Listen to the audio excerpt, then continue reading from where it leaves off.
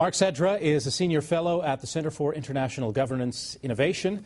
He's an expert on Afghanistan and leads the center's Global and Human Security Program. He joins us from Kitchener. Thank you very much for joining us.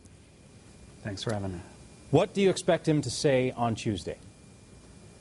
You know, it's really hard to predict. He's considered so many options over the last couple of months. He's really deliberated very carefully because this decision is really going to really have a huge impact in deciding the success of his first term in office.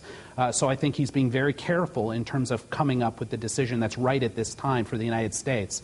There are two schools of thought. The first one is that he could fulfill the request of General Stanley McChrystal, the commander of all U.S. and NATO forces in Afghanistan, and increase the U.S. troop presence by up to 40,000 in Afghanistan.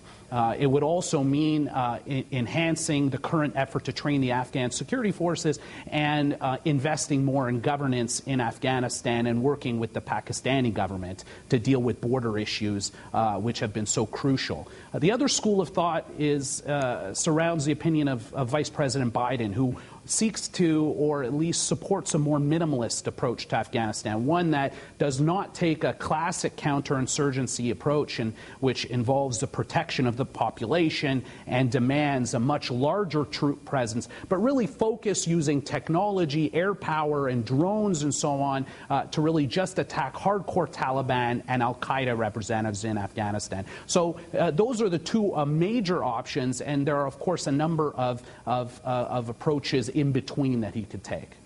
The number being bounced around right now is 34,000 more troops. Do you think 34,000 is enough?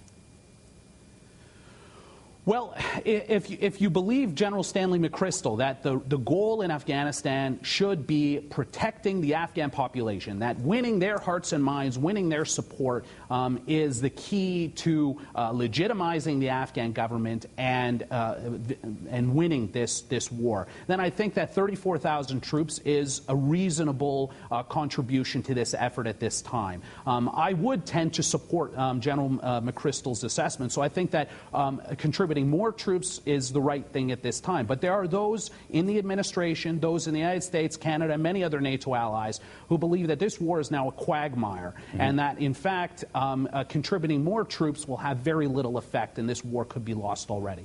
We've seen this war go on for 8 years. Could it go on for 8 more, do you think? Well, the reality is, if your agenda is rebuilding the Afghan state, then this engagement is going to take at least a decade more. This is a generational intervention.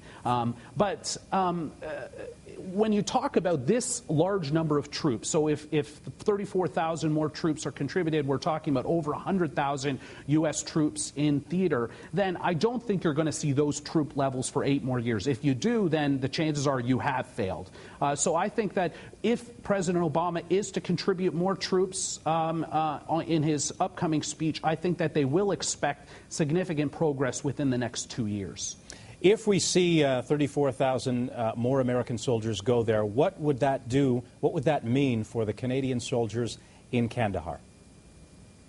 Well, all NATO countries are waiting very impatiently for President Obama's speech because that will determine to a large degree their own strategies. The United States is the largest troop contributor to Afghanistan, the largest contributor of development aid, and this speech is really going to tell everyone else who's involved in Afghanistan just how committed the U.S. are to this mission for the future. So I think that will have a major bearing on Canada's approach to Afghanistan after 2011. Last question, Mark. 9 meetings he had in the White House with key advisors over 2 months. Do you feel or do you think that this presidency is feeling the potential weight of history here with this decision?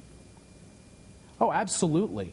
He will be staking his presidency on the Afghanistan mission. Just as George Bush will be judged on Iraq, this potentially has could mean that President Obama will be judged on Afghanistan. And the reality is he has a very ambitious domestic policy agenda with health care, with the economy. And the if Afghanistan turns out to be a quagmire, this could very well derail his entire domestic agenda and his presidency. So I think they are understandably being very careful and deliberating on all the options that are available. From the Center of International Governance Innovation, Mark Sedra, thank you very much for joining us. Thank you.